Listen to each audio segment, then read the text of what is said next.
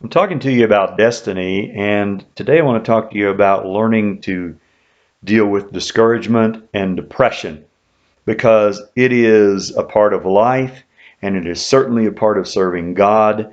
And even the greatest of all the prophets, the greatest of all the preachers, if you think of the greatest preacher that you've ever known, I can assure you that he or she dealt with discouragement and depression and learned how to press through it.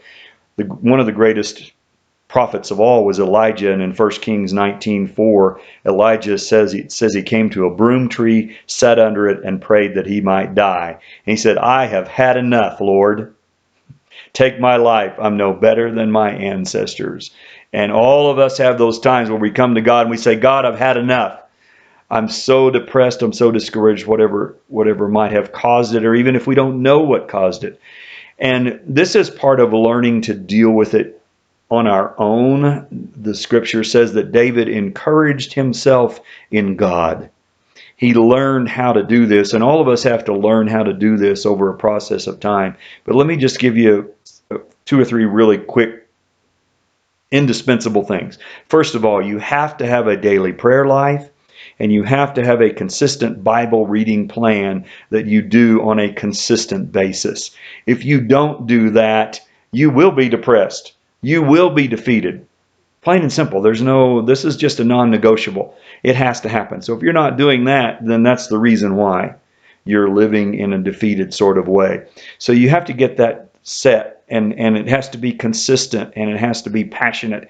And also, when you least feel like praying, when you least feel like reading the Word, that's when you most need to do it. There has to be some self-discipline involved in this.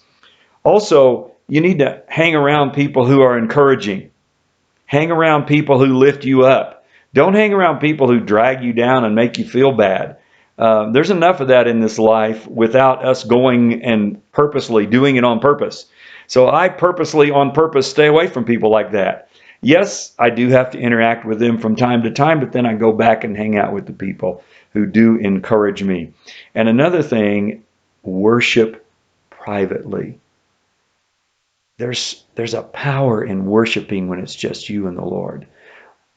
No church service, no audience. The audience is the Father. And you can worship, and that's how King David did it. He encouraged himself in God by worshiping. And as you read through the Psalms, you'll see this. He starts off, "Oh God, I'm so depressed." And then in the end, there's a shift, and he prays through and he begins to say, "My God, how awesome you are." Remember, your destiny is to change the world for Christ.